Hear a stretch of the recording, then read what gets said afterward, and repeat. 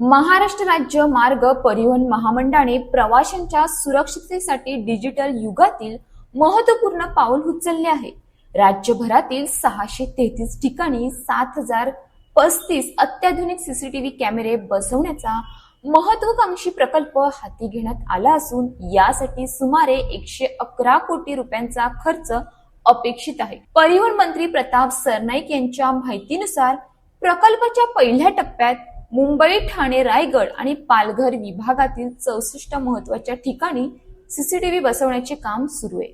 या टप्प्यामुळे सुरक्षा व्यवस्थेला नवी दिशा मिळाली असून उर्वरित 27 विभागांमध्ये तसेच विविध कार्यशाळा आणि कार्यालयांमध्ये कॅमेरे बसवण्याचे काम वेगाने सुरू आहे. संपूर्ण प्रकल्पाचे मध्यवर्ती नियंत्रण कक्ष मुंबईत उभारण्यात आले आहे.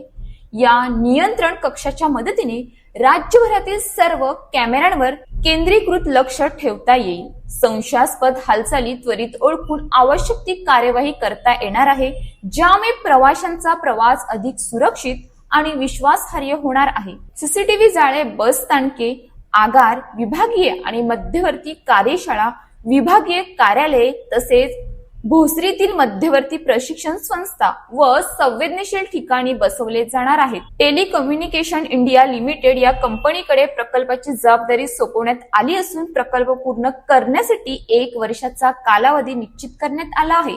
सुरक्षेवर भर दिला जात असला तरी काही प्रवाशांचा टोचक प्रतिसाद येतोय. जर लालपरी बस रस्त्यावर नीट धावत नसेल तर सीसीटीव्ही बसवण्याचे काम फायद्याचे नाही. सर्व बसेस नीट केल्या पाहिजेत, मग प्रवास आनंददायी होईल. हा उपक्रम केवळ कॅमेरे बसवण्यापुरता मर्यादित नसून एसटीच्या सुरक्षा व्यवस्थेला डिजिटल बळकटी देणारा ऐतिहासिक टप्पा ठरणार आहे. अशाच ताज्या बातम्यांसाठी आमच्या न्यूज पोलीस रिपोर्टर चॅनलला लगेच सबस्क्राईब करा आणि बेल आयकॉन दाबायला विसरू नका.